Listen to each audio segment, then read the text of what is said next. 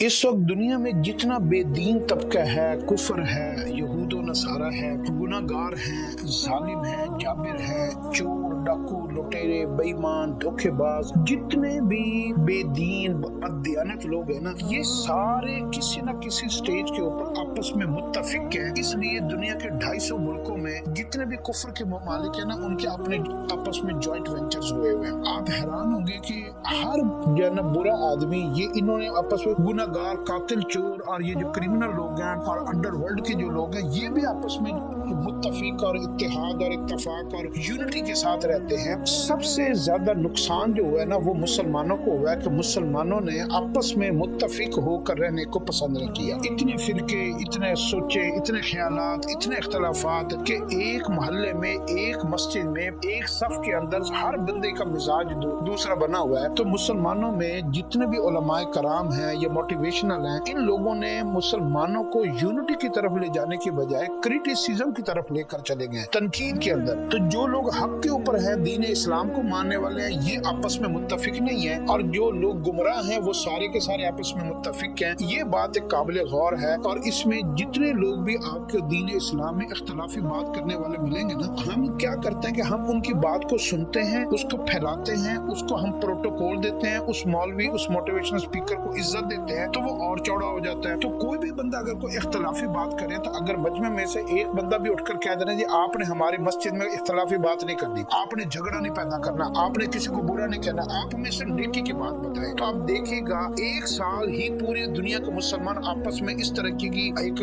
Campaign, مہم چلا لینا، تو پوری دنیا کے مسلمانوں کے اندر کبھی بھی نفرت جتنی بھی ہے نا، کہ نماز ہم نے ہاتھ یہاں رکھنا ہے یا ہاتھ یہاں رکھنا ہے، اور ہم نے یہ کرنا ہے یا وہ کرنا ہے، یہ سارے کے سارے اختلافات ختم ہو جائیں گے۔ اختلافی باتوں کی بجائے آپ عمل والی باتیں بتائیں، جی نماز پڑھنی ہے، جیسے آپ پڑھتے ہیں آپ ویسے ہی پڑھتے رہیں، قرآن پڑھنا ہے، آپ نے یہ کام کرنا ہے۔ 5 چیزوں کے اندر سے ہٹ کر کوئی بندہ بات کرتا ہے نا، تو وہ یوں سمجھ لے کہ وہ اختلاف پھیلا رہا ہے۔ توحید، نماز، روزہ، حج اور زکوٰۃ، اگر ان 5 چیزوں کے اندر بات ہو رہی ہے نا، تو آپ سمجھ لیں کہ یہ بندہ بات کرنے والا ٹھیک ہے۔ اور اگر ان 5 باتوں کو چھوڑ کر اور محفلیں لگ رہی ہیں اور جلوس نکل رہے ہیں اور جو ہے نا بڑے بڑے مناظرے ہو رہے ہیں اور اختلافاتی اور علم کی بچھاڑ چل رہی ہے، اور پرانے اور نئے لوگوں کے درمیان میں جو ہے نا ڈفرینس اور اوپینین کو ڈسکرائب کیا جا رہا ہے، تو یہ پھر جو ہے نا امت میں اختلاف تو پیدا ہوگا، امت کبھی اکٹھی نہیں ہوگی، اور اللہ بے نیاز ہے۔ اللہ جو ہے نا ساری امت اختلاف کر کے جتنی مرضی باتیں کرتا رہے، تو اللہ اس سے بے نیاز ہے۔ اللہ تو مسلمانوں کو اکٹھا ہو کر ایک جسم اور ایک جان کی مانند دیکھنا چاہتا ہے، اور یہی مسلمان کی پہچان ہے۔